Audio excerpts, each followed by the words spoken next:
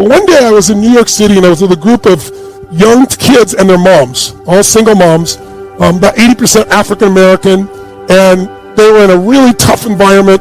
You know, the husbands weren't there, the mothers were struggling, and the kids were really struggling, and a lot of them had been through abuse. And I was telling them, listen guys, you know, your past doesn't equal your future. It doesn't matter what you've been through. Your biography is not your destiny. You can create it. And I was telling this, and I could see them look in my eyes, I could read their minds. Oh, here's this tall white guy who's, you know, wealthy, successful, however they perceive me to be. And so I said, let me just tell you a story. And I told them my real story with my mom. And my mom's a great human being. I wouldn't be who I was without her. But when she drank alcohol, which was daily, and when she took prescription drugs, which was daily, she became a different human being, and she was vicious. And I try to protect my younger brother and sister. They're 5 and 7 years younger than me. And so my mom would grab me. I was 5'1" in high school, by the way. I'm 6'7" now. I tell people the difference is personal growth. Right? But I grew 10 inches in a year, but I was this little guy. And she would grab me by the hair and smash my head against the wall. She thought I was lying. She put liquid soap down my throat till I threw up. And it would be very easy, and it, for a while it was true, was to feel like I'm a victim, to feel like the person I love most is trying to harm me. This is insane. Or to want to attack her back. But somehow, God's grace, I was like, I can take this and my brother and sister don't. And it actually made me become a practical psychologist as a young boy. I had to figure out how to predict your moods, what to be able to do for making her not going off the rails, not get upset, what to do. And I literally became obsessed with what makes human beings think and feel and do. I would not be who I am today if my mother had been the mother I wanted her to be. That was grace that she wasn't. I can say that with total sincerity. Do I want to go through that again? Would I want you to go through that? Hell no. But I chose a different story, and that's the only reason I'm here today. My story is, I'm still in control of my life. I can deal with this. I'm going to learn from this. I'm going to use this to help others not suffer. And that's been my life's work. Do you really think I would go out and probably feed 100 million people a year if I was well fed? I'd love to believe that I'm not conscious and caring. I think it's because I suffer from no food at Thanksgiving and Christmas, and somebody fed my family, and I was like, oh my God, strangers care. Changed me completely, made me care about strangers. So what if the worst day in your life became the best day? That's your job, is to find that empowering story, because when you do, everything in your life will change. Now don't get me wrong, sometimes it is a strategy problem. Like I'll talk to guys sometimes, I'll say, who's a single guy in this audience? And some chachi guy will raise his hand, so I'll go up to him and say, hey, how you doing? And I'll say, listen, I got a test for you. I said, you're single, right? He goes, yeah. I said, well, I want you to imagine you're with your girlfriend, and you're driving your car for maybe 45 minutes or an hour, and she turns to you and she says, hey, do you need to stop to pee or to get a drink? And I said, and you're not thirsty, what do you say? He goes, no, and keeps driving. And when he does that, I said, I now know why you're single. Because every woman knows, how many women, when you hear guys say, you ask him, are you hungry, are you thirsty, do you need to stop? You all know what you're really asking. You're looking for connection. You want him to talk with you. You want him to consider it. You might need to stop. But men, they don't mean that. Men's strategy is, when we communicate, it's called explicit. This is what we mean. This is what we want. Women are implicit. You guys all are detectives. You know what you mean when you say that. So I turned this guy and I said, okay, let me explain. She's not asking, whether you're thirsty or not. She's wanting connection with you. She wants to discuss it. She may not even know she needs to pee until she talks about it. That's how the feminine brain works, right? I said, so what you got to do instead is not say, oh, I'm not thirsty. You got to connect with her. And you got to say, oh, well, maybe we need to stop, honey. Are you thirsty? And if she says, I don't know, say, let's stop, right? And ladies will start cheering because they get what that means. Men don't. So it's not his fault, but then I try and coach him to do it. It might take 3 or 4 rounds for him to do it because he's so in his own head. Then I'll go to a woman and I'll say, okay, imagine a really attractive man. You're really attracted to him. He's handsome. He's got presence. Looks in your eyes. You feel him. And you're really attracted. And you get up the courage to go up and have a conversation. And eventually you say, listen, would you like to have coffee maybe on Thursday, noon or lunch? And he says no. What does that mean? And women will say things like, oh, that means he's not into me. That means he's not attractive. That means he's probably gay because I'm attractive and he's not attractive. They'll come up with some meaning, right? And they come up with 20 meanings, and it's usually I'm not enough, some version of I'm not enough. But the truth is, all he said was no for Thursday at noon. Ask again. How about Saturday at 5? Okay. Right? So sometimes we miss it because we do have the wrong strategy. I don't want to make it so it's not strategy.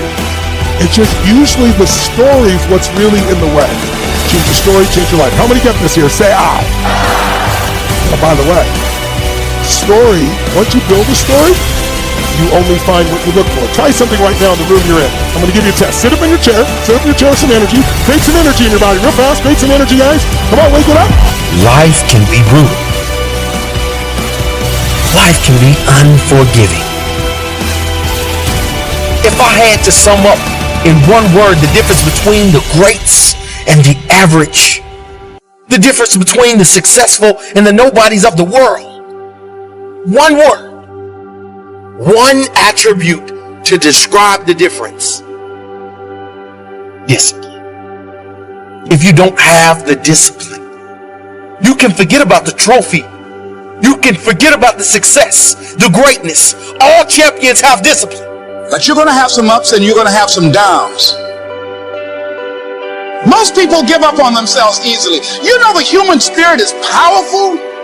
There's nothing as powerful. It's hard to kill the human spirit. Anybody can feel good when they have their health, their bills are paid, they have happy relationships. Anybody can be positive then. Anybody can have a larger vision then. Anybody can have faith under those kinds of circumstances. You cannot control it. The people around you cannot control it. As long as you're at the wrong place at the wrong time, your whole life could disappear in the blink of an eye, along with everything you wished you could have done. Whether you're walking down the street, whether you're stepping into the elevator, whether you're walking down the stairs, whether you're just existing. Listen, you'll see people from nowhere die of a heart attack. Gone. No family history, no symptoms, no causes, nothing. It happens, and that's the cruel life that we live in. And it's something that...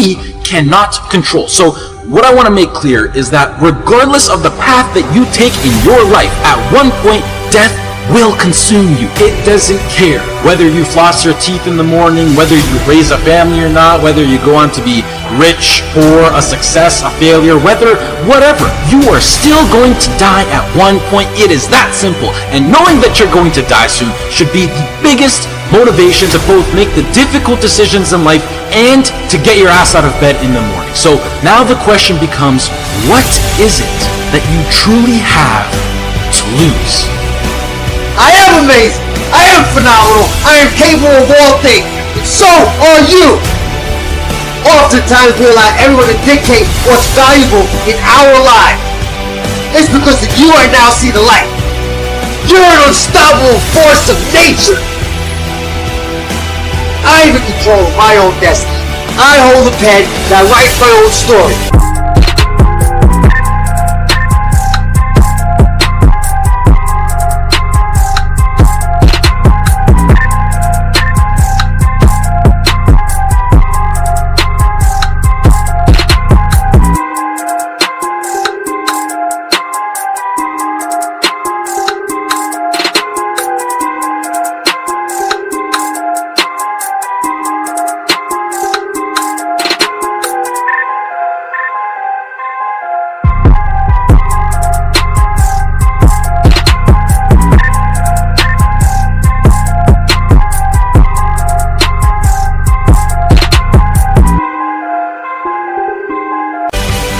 You vulnerable, you give me armor, make me invincible. You're no longer allowed to ask why. Why me? You now say, try me. This wisdom shall set you free. So right now, Allow yourself that, simply to dream. As Joseph Campbell said, find a place inside where there's joy, and the joy will burn out the pain. Now I get it. Life inevitably comes with some degree of misery, and I get it. For many of you, things have happened in your past that are unspeakable. And whether that's something big or whether it's something small, each one of us has something inside of us that hurts. What people think about you and the possibilities for your dream is none of your business. The attitude is it can't be done because they haven't seen it. History is being read, but it's also